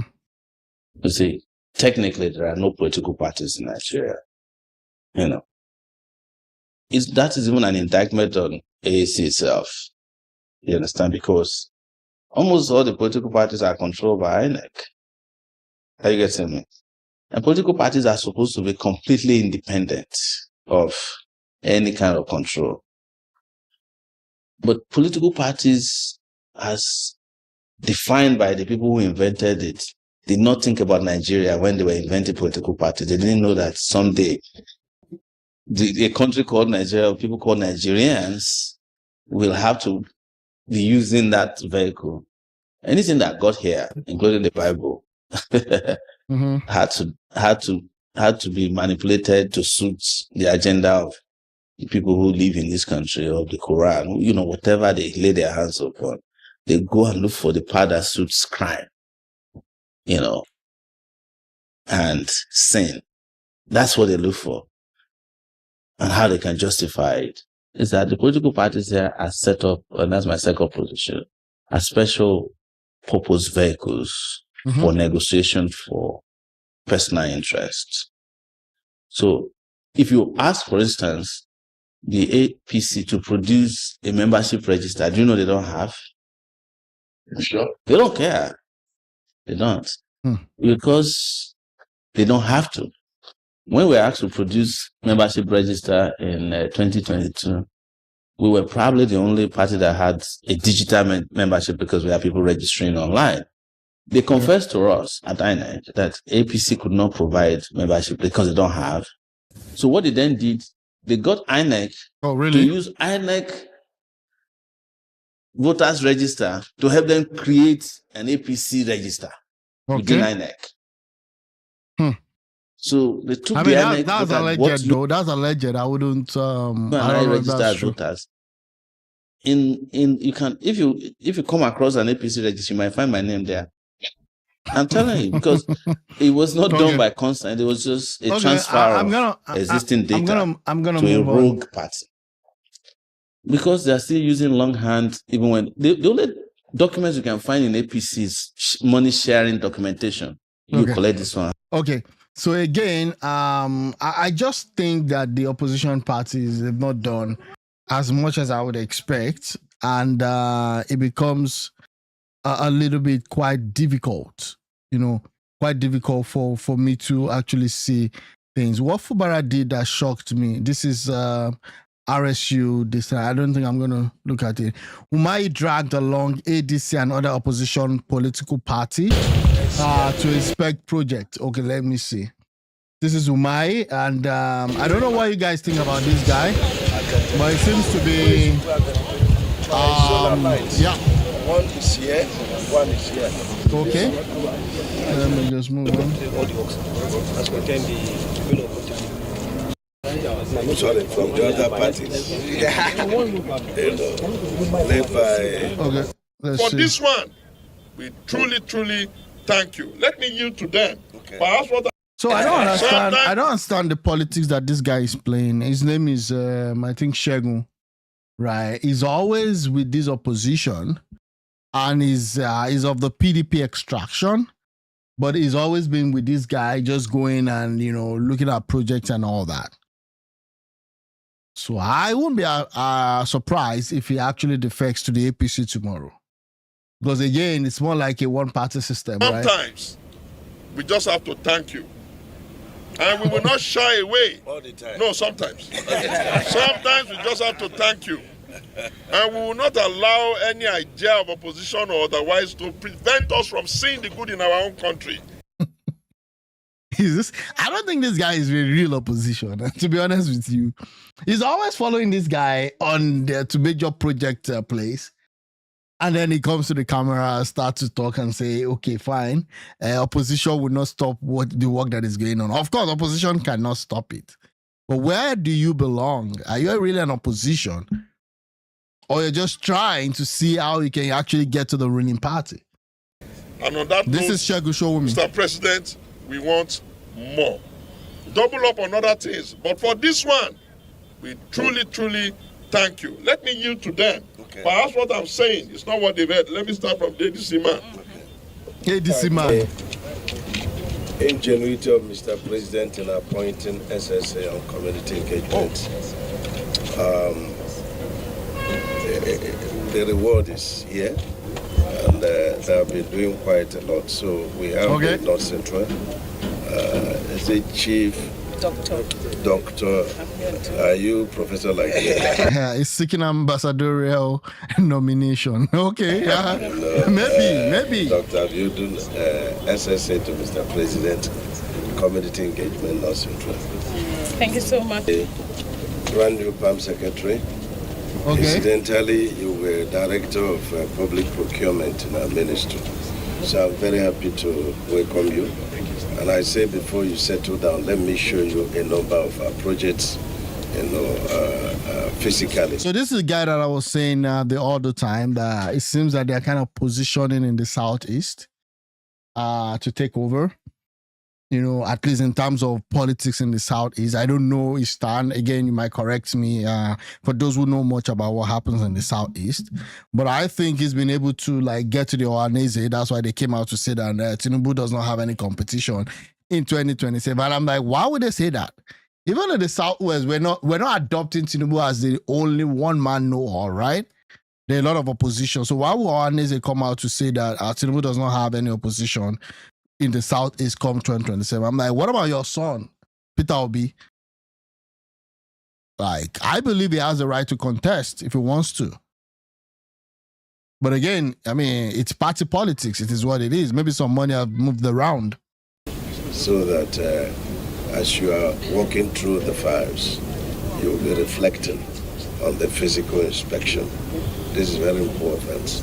And I want to thank you, my dear brother and friend, Otumba Shegun, and the chairman of ADC, professional architect, deputy organizing secretary of AA, and the secretary of NPP. He speaks for himself, right? Okay, yeah. Challenges.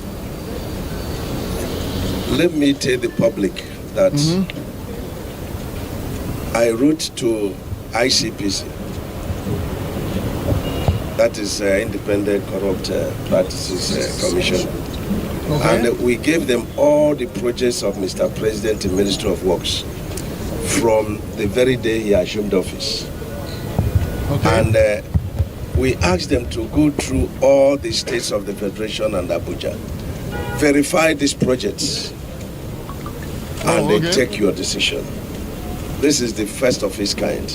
Yesterday, in fact, I reported it to Mr. President publicly, and I'm very happy doing this. We've also sent the same list to EFC. Yeah, these are political jobbers looking for something. The guy has been in PDP for a while, and it's like, this thing is not working. Let me help myself. I want to be able to rule even till 2040, but we not feel the heat. Now them go here around.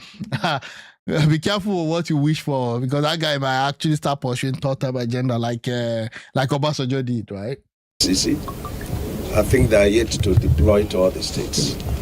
we are very transparent in what we are doing under President Bola Ahmed Tinubu. Okay. I'm enjoying my work because I love hard work. I love quality work. I love when the people are happy. And God gave me a boss like no any other boss. I enjoy working with the president. Can you imagine if this unfortunate incident, was delayed? The moment this happened, the Nasarawa governor called me, the public, social media, and I immediately went to the president. Within 24 hours, he released the money for this project. Oh, okay. It's unprecedented. It's unprecedented. This is not just, okay. About that. And then we begin to do, empirical analysis. Okay. It's called empirical analysis. This is the guy that Rufai was saying he had issues with. What's the cost per kilometer? I think Rufai has left him for a while now. What's the cost per kilometer? And the guy, I don't know, he wasn't even prepared for that question. Quite unfortunate. Yeah, that's it. Let me see if there's any other thing that I want to cover. Let me just see. Let me go back to timeline to see what happened. Wike and Seyi Makinde. Unfortunately, I don't even know how Seyi Makinde, I don't know his stand in the PDP. The guy wants to be president. I don't think he has the stamina, to be honest with you, or the balls to be a president. But again, you can always aspire and wish for stuffs. Seyi Makinde is my younger brother. I will not allow those we accepted into PDP to destroy the party. Wike during the PDP faction. So, you know what? PDP has actually expelled Wike and some other 10 or 11 other people. Okay. Now, they came out again with their own list and said that they're also suspending that other faction. And this is what the ruling party wants, really. They want the opposition to be in shambles. Okay. Again, before we listen to this, thanks for watching. Please, if you've not subscribed, please, I would love if you could subscribe, share, comment, and thanks for joining this community. Thanks. My younger brother, he was an LTP. I know when he came to Modi. Yeah, I had to. Yeah. Who brought it to me? A bully cat. And the former deputy governor, who is here, and one are in lawyer. That is the right. No, LTP, he didn't make it before we arrived. How can those who met me in my house? So PDP is now his house. Guys, PDP is now Wike's house. Can you imagine that? Who met me in my house? So now drive me out. I'll give up.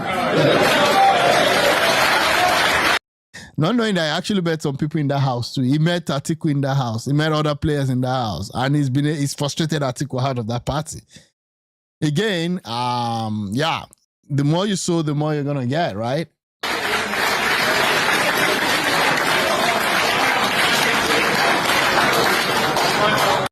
Yeah, thanks, Christabel. Have a very good week. Thank you. I forget your Google man. Yeah, I mean, that guy is a real tout. I mean, it sounds like a tout. He's a tout. It doesn't make sense. Okay. From the first time that PDP leaders of the country sat down to conceive the idea of PDP. Okay. I was there. They were not there. I was chairman of council from 1999 to 1998. December. I ran on that PDP and I won. I ran the second time and I won. Okay. I ran for governorship and I won. Under PDP. Abdullah Mohammed, which party did he run as president? Because our party has always done that. People come, they become governor, they become this, they now dictate what will to pursue those is a who are not sacrificed from the beginning, okay, from the inception of the formation of this party. Okay. If people had allowed them before, we will not allow them. No, fair enough. Of course, I can tell you, they have no choice. But their way out of the party. They know they have no choice again. Okay. They are on their way out of the party. So remain firm, remain strong. Money is not everything. Money is good, but money has some limitation. Okay. Oh, sorry. That's why money cannot go. It's only human being that goes. Wike is a politician, full-blown politician, and then he has a little bit of thuggery into his politics. So that's why, he's always there. It's been a while now. I think he should even give another media chat. That's where he comes to, say his thing, right? So that nobody be panicking himself, because the president is wisdom that allows states to make progress, to bring development to the other states. Today, states are having a lot of government. So I want people to use the money to help us. They want to use we will not allow them to kill you.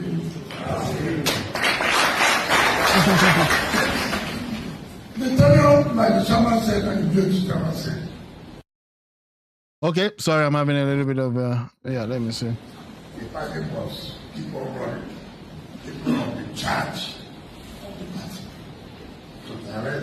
Again, the question I'm even asking is, what's the end game of these guys? Having various factions. I think they're just playing into the hand, of the ruling party, and I think that's the reality of what's happening really right now. Wike's PDP approves caretaker committee amidst party split. Nigerian activist Dokubo. I don't know how Dokubo is an activist as we speak today. First Village Mansion live to counter critics. Let me look at that. PDP's faction. Let me see this. A Wike-backed PDP Board of Trustee faction met Sunday in Abuja, featuring former Governor Okeze Ikpeazu, and held as the approved 13-member caretaker committee led by Honorable Abdulrahman Mohammed to manage state congresses and a national convention over 60 days. Wike urged protecting the party from recent defector and dismissed a rival gathering for ignoring court orders. The split, ongoing since 2023 election, involves mutual expulsion and parallel leadership as both sides vie for control ahead of 2027. So that's the state of PDP right now, and we just listened to how he's just bragging about the Sheyi's faction, calling Sheyi his younger brother. And this is it. This is the spokesman of Wike. Saying PDP holds Board of Trustees meeting, vowed to restore confidence, hold Congress in state. The PDP Board of Trustees is presently meeting in Abuja. In his opening address, the BOT chairman, Senator Mao Oyua Buwa, reaffirmed the commitment to the body to restoring confidence within the party and organizing congresses in states where they've not been held. Okay, so that's that about that. Let me see. BOT meeting is ended 8 hours ago. NEC meeting getting set. Okay, that's quite interesting. So that's where we are. That's where we are. The weakest PDP faction holds BOT meeting. We've said that already. We'll see what happens. Unfortunately, the 2027 election is already upon us, and this is what we have coming from one of the major opposition parties in Nigeria that is already going to a state of, I would say, relevance right now. We'll see what happens. Okay, so that's that about that. Yeah, this is where things are at the moment. Let me see if there's any other thing that I need to talk about. Watch this video to the end before you begin, Chef Papa here. What's this? Z04. Okay. Well, another perspective 1 hour ago coming from okay, let me see. This is Harrison. VDM is the manipulator. He's manipulative. That's nothing you're going to tell me. Look at that picture there. That is VDM. And the person behind him is 204. This is when VDM claimed that he was chasing kidnappers. Who remember that time? This is when he was eyeing Harrison's job. Yeah, I saw that video. And it was kind of insane, right? So, he was indirectly trying to take Harrison's job. This is when the whole thing started. This same guy behind him, that 204, right? He's also the same guy here. He's the one that sold Harrison out. He's the one that disgraced Harrison. He's the one that betrayed Harrison. He's the one that rated Harrison out. He's the same guy that... Yeah, but did Harrison also do anything wrong? I mean, you have to actually put a balance. I've been saying here that I need Harrison to come out with his own point of view. I mean, it doesn't owe me anything, okay? But I think that to be able to put a balanced spin to it, we need to hear from his side. And at some point, we're going to hear from his side. But as we speak for now, I would agree with what this guy is saying, that VDM seems to be manipulating this whole issue to benefit himself. And I don't think he needs to do that because VDM is one of the major social media content creator in Nigeria. So I don't know why that is. Made the call. After VDM warned them that no one should post this on social media, this same guy, which is VDM guy, went and posted. He's the one that told Harrison to take that money. He's the one that, in fact, he bewitched Harrison. This guy used juju. Oh, really? How do you know that? Oh, I said VDM is if he wants to be the only guy on top. Yeah, he's trying to, Juju that VDM brought from Benin. VDM brought the juju from Benin, gave it to his friend. Okay. His friend now used the juju on Harrison. Harrison now used that. Now that's sarcasm, though. Juju to go and take that 5.4 million naira. So basically, it was VDM that orchestrated the whole thing just to bring Harrison down. It was VDM that made Harrison to remove that 5.4 million. Oh, no, that's not possible. This guy's just been sarcastic. Right? And VDM now arrested Harrison. And it was in VDM's account Harrison put that money. No, those guys are idiots. Go and check VDM account right now. You see that the video. Some of you have also the same person that made the line. Okay, so again, I'm going to wait. Yeah, I'm going to wait to see what really happens. I'm going to wait. AI is getting crazy right now. Right? AI is getting crazy. Yeah. I mean, you can't even tell what is true and what's not. This new Dubai saloon is on a whole different level. I think that's AI. We'll see. Enjoy your evening from Benin Republic to Nigeria too. This old video, they make sense today. Okay. I don't know what this is. Who's this? Some Fulani reach out to me about what some policemen did to them, and they're not happy about it. What is this? Not just that, the injustice and the involvement of the Nigerian police in this particular case. So this thing happened on Friday. Today is Sunday. It happened on Friday. So according to the Fulani, they said to me that one of their most respected Alhaji, his name is Alhaji Foda, that the man has a lot of cows and he has a lot of workers taking care of the cow. That this man woke up one morning and said that on Friday, that he said he wanted to go and check the cows in the bush. So he carried one of his workers and then they were on bike, not knowing that an ambush was laid in the bush. Sadly, they entered into the trap of the people that laid the ambush, and that was how they were surrounded by more than 10 persons. So immediately they pulled out a gun, and as they pulled out a gun, the worker of the Alhaji immediately ran away. That they held him, but he just pulled out his knife. As he pulled out his knife, they saw his knife, and that was how he ran away. While he was running, he heard gunshots. As he heard gunshots, he ran away, and then he now called his brothers to tell them what had happened. So immediately he told them what had happened. They went straight to the military base that is close to the Ogboju area. He went to the military base and said, our brother had been ambushed. We don't know if he's alive. If he's dead, we just need his body. Let us take his body. Please, let's go. So that was how the member of Nigerian army followed them into the bush. Sadly, they met those people that laid the ambush. Oh, is that true? Oh, really? Bush, and they met the body of Alhaji Foda. Those people shot Alhaji Foda. So immediately they got there. The people that laid the ambush, they were still there. That was how they saw the army and they started running away. The member of Nigerian army chased them down, and then they were able to arrest one person. When they arrested the person, they took the person straight to Ogoli Divisional Police Station. When they got to Ogoli Divisional Police Station, they handed that suspect to the DPO. The DPO's name is Musa Mohammed. As they handed him over to Musa Mohammed, they left. When they left, they now called them back. Somebody around the police station called them back to say, the DPO Musa Mohammed have released the suspect. They immediately came back to the station and they asked the DPO that, where's the suspect that spied Alhaji Foda? Then the DPO said, he has released him. They said, why would you release somebody that laid ambush for Alhaji Foda, one of our own? Then the DPO said they don't have any right to tell him what to do or how to do his job. Okay, yeah. That's who gave Fulani the right to tell him to arrest somebody for them. Okay. Later, they now receive more calls that even the cows that Alhaji Foda had, that they've ambushed the cows and they by the cows and they took some of them away. Now, I was not there.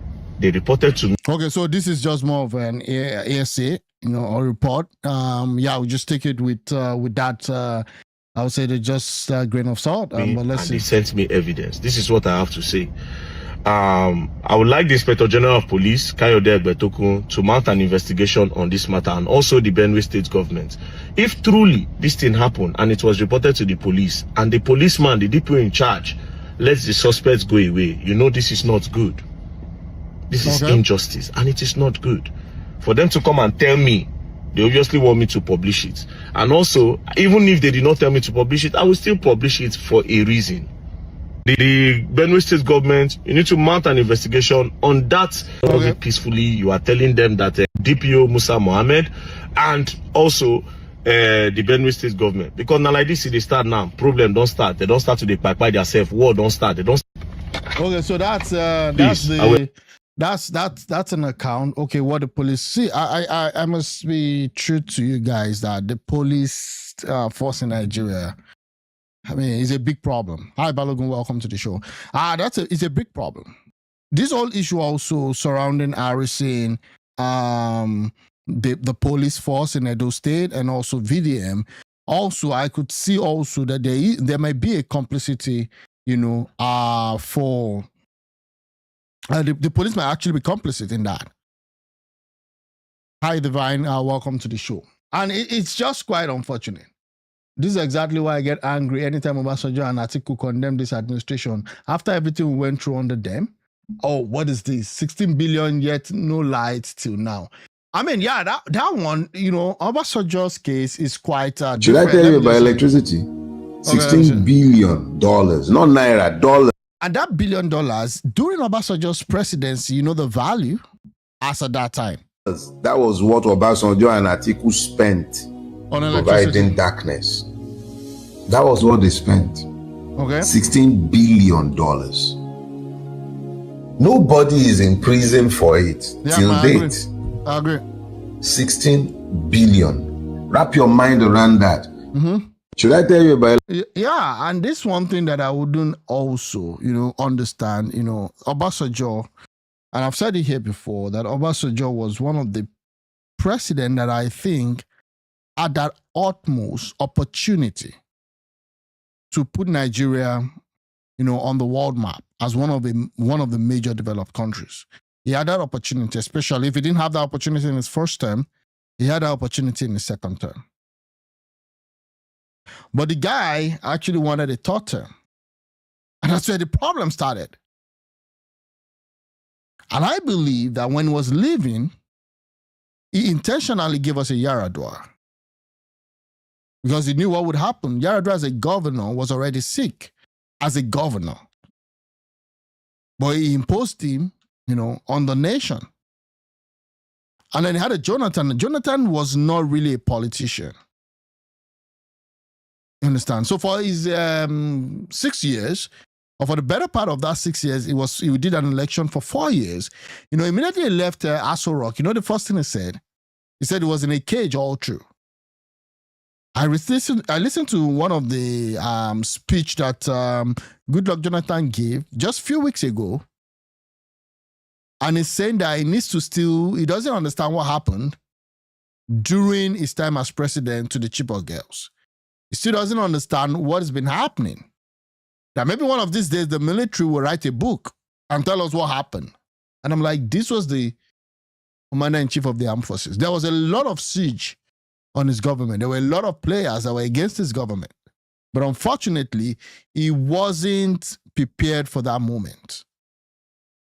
And everything went down, from there. The reserves went down. Jonathan enjoyed one of the best global crude oil prices, but we still had our reserves drained. That's why Alison Madueke can't come back to Nigeria today. And then when Buhari came, it was more disaster. Buhari was the kind of president that we should have never had. Even though he was touted as somebody that would be the best president we would never have had if he didn't win the election. He came in and he took Nigeria back to pre-1999, to those dark ages. And that is it. But this is a good question. Because now Obasanjo, was on the podium a few weeks ago trying to admonish Fayose how to live his life. Chinwe. Trying to admonish Fayose, and I'm like, what's the difference between you both, bro? Is that bad? But again, it's Nigeria. It is what it is. They sentenced Nnamdi Kanu and sent him down to Sokoto as a gift of victory to the caliphate. Boom. Those behind the curtain are now out for resource possession and business deal. What's in this for all this natural gas abundance in Imo State? Okay, let me see what this lady has to say. You know that Imo State produces the highest amount of gas. Oh, I didn't know that. In the whole of West Africa. Oh, really? Let me check. And had it been that British knew about this gas in 1930 or 1908, they would have carved Imo State into the south.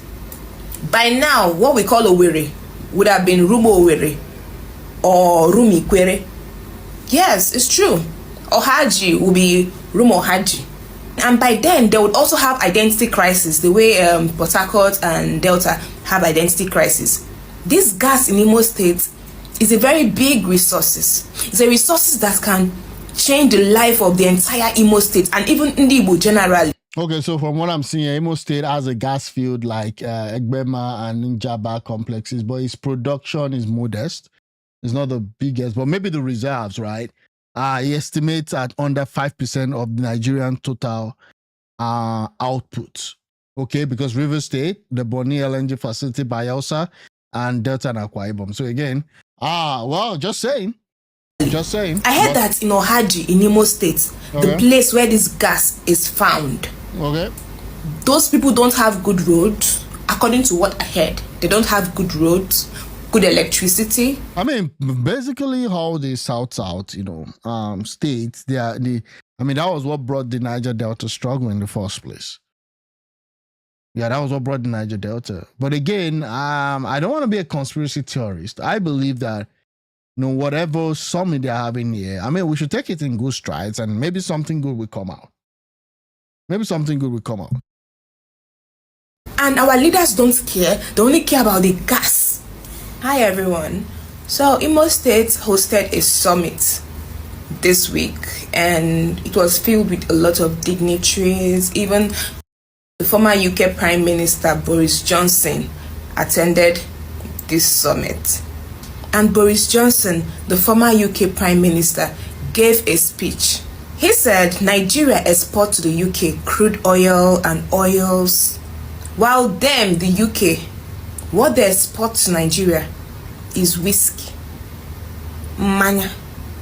So does that mean that I'm Wabundi Nigeria and I'm Bundi drunkard?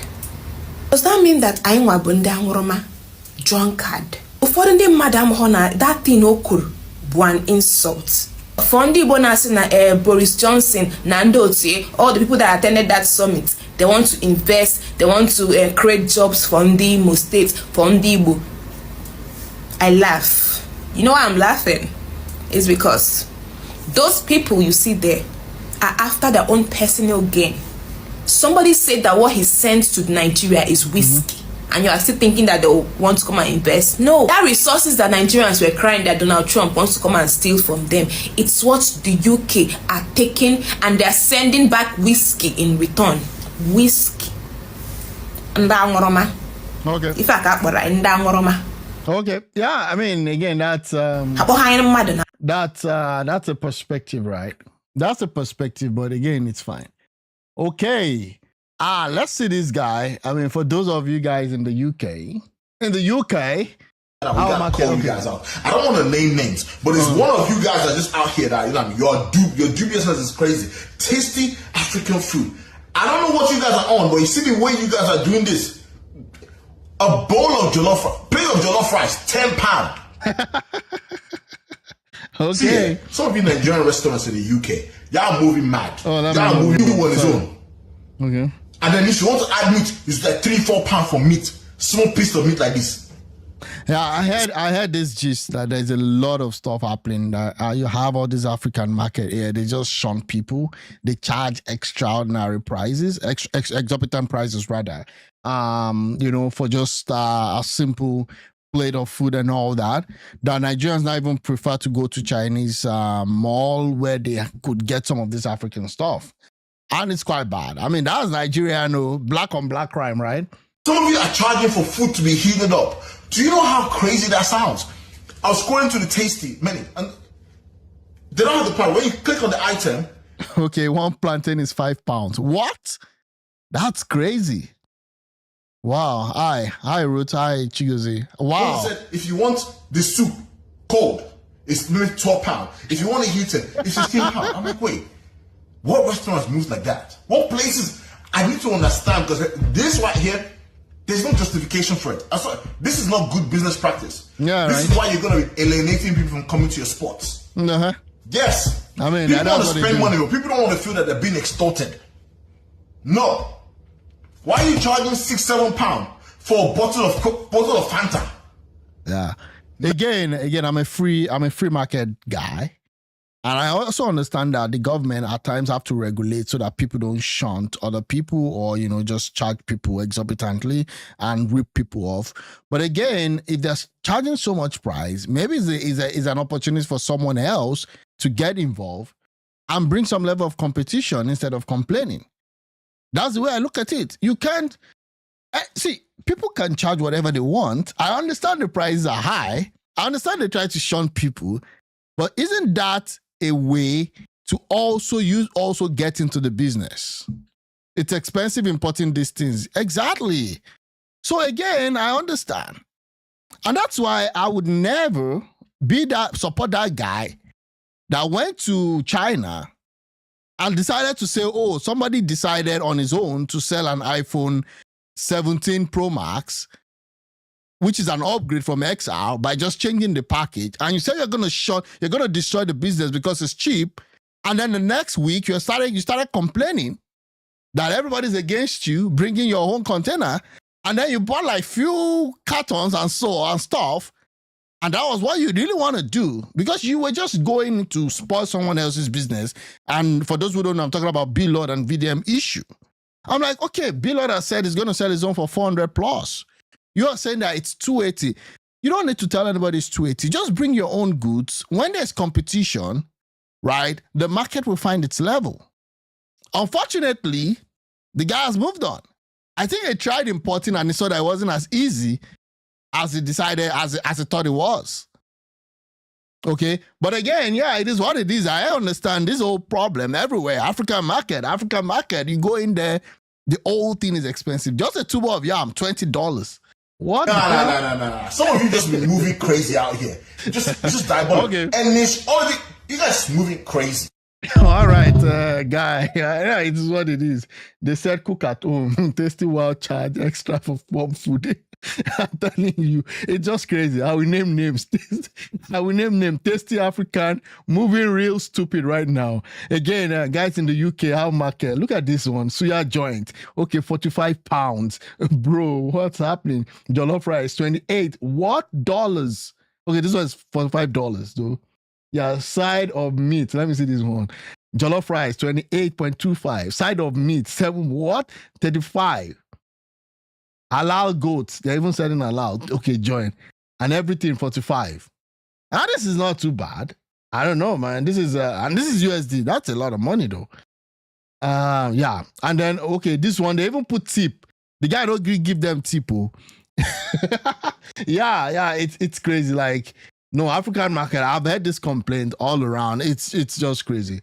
What is this? What life lesson did you learn from watching this video? What is this? Laptop. I don't have a laptop. You don't go find me. Laptop. Well, I don't have a laptop in my house. Okay, I'm going to move on. I mean, I don't know what this is. Okay. I've noticed that you have changed your tone, completely shifted from initial conversation. And what is this? I'll start taking you seriously the day you start using your platform and social media influence to speak against the following and educating your people on them. High poverty rate in the North, increasing illiteracy and out-of-school children in the North. This is foundational no pay lawyer. Illegal mining of mineral resources in the North, on ending insecurity and terrorism in the North, child marriage in the North, religious extremism and killing in the North. If you can do this and survive the next 2 years, that's the only time you will be worthy of any respect. Fight or back and forth with me. Till then, enjoy your day and desperation for government position and crumbs. Okay, so this is just a battle between two. This guy is more of a Buharist, okay, and then this guy is more of, I don't even know if it's an activist or an APC apologist, but it is what it is. Yeah, okay, so that's just it. Right now, I think thanks guys for watching. If you've not subscribed, please help subscribe, and thanks. Have a good week, everybody. I hope your week is great, and I'll talk to you guys later and talk to you guys soon. Thanks for watching and have a good evening. Bye.